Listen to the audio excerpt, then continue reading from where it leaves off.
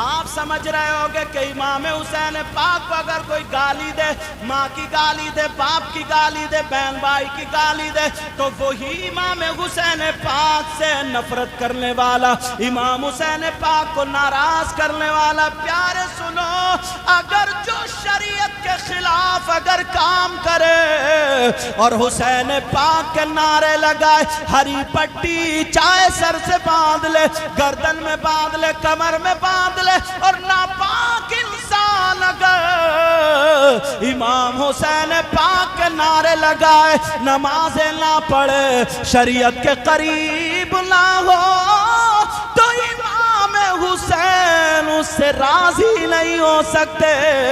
اس نے امام حسین کو ناراض کر دیا۔ دل میں اس کی محبت نہیں ہے، وہ بغض ہے، اور جو بغض اگر رکھتا ہے چاہے اعمال کے ذریعے یا زبان کے ذریعے، تو سنو حدیث اللہ آقا فرماتے لو ان رجلا سعید بین الرکن والمقام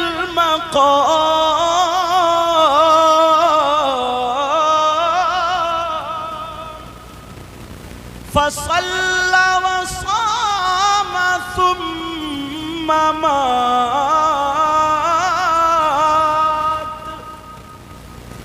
فهو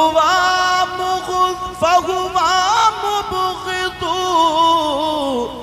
لأهل بيت محمد صلی اللہ تعالی علیہ وسلم دخل النار۔ پوری دنیا کی باتیں غلط ہو سکتی ہیں، کسی مولانا کی باتیں غلط ہو سکتی ہیں، میری آپ کی بات غلط ہو سکتی ہے، مگر پیارے نبی کی بات غلط نہیں ہو سکتی۔ کیا نبی کی بات غلط ہو سکتی ہے؟ بولو کبھی نہیں۔ اب میں نے حدیث پڑھی، آقا فرماتے ہیں اگر کوئی شخص، کچھ لوگ ایسے بھی ہیں نا جو نمازیں پڑھتے ہیں، روزے بھی رکھتے ہیں، اچھے کام بھی کرتے ہیں، اگر امام حسین پاک کا ذکر کا معاملہ آ جائے، پروگرام کا معاملہ آ جائے، یا کسی طریقے کی کوئی اچھائی کی بات، تو وہ ایسے باتیں کرتے ہیں جیسے حاسدین لوگ باتیں کرتے ہیں، جلی کٹی باتیں کرتے ہیں۔ مطلب اس طریقے کی باتیں نکال کے لائیں گے، اس طریقے کی باتیں نکال کے لائیں گے تاکہ رکاوٹ پڑ جائے، یا پھر اپنے آپ کو منا رہے ہیں۔ پیارے سنو، کتنی نمازیں پڑھنے والا، کتنے روزے رکھنے والا، آقا فرماتے لو ان رجلا سعید بین الرکن والمقام، آقا فرماتے اگر کوئی شخص خانہ کعبہ کے رکن سے لے کر کے مقام ابراہیم کے درمیان آ جائے، کھڑا ہو جائے، فصلی، اور وہ نمازیں پڑھے، وصامہ، اور روزے رکھے، ثم ماتا، پھر وہ مر جائے، وہو مبغض آل بیت محمد، اور وہ آل رسول سے نفرت رکھتا تھا، دخل النار، نماز نہیں بچا پائے گی، روزے نہیں بچا پائیں گے، وہ جہنم میں جائے گا، وہ جہنم میں جائے گا۔ یارے میری بات ہو تو غلط ٹھہرا سکتے ہو، کسی اور کی بات ہو تو غلط ٹھہرا سکتے ہو، مگر نبی کی بات غلط کیسے ٹھہرا؟ آج میں نے اپنے موضوع میں امام حسین پاک کی کرامتیں یا شہادتیں کربلا والوں، یا وہ آج کے موضوع میں نہیں رکھی، آج کے موضوع میں یہ رکھا کہ صحابہ کیسے محبت کرتے ہیں۔ صحابہ کرام جب اتنے بڑے صحابہ کبار یہ اتنی محبت کرتے تھے، تو یہ جو برائیاں کرتے نہ بدی کا شوربہ، اس کا ٹھکانہ کہاں سے؟ سمجھ میں آ رہی ہے؟ آقا فرماتے دخل النار،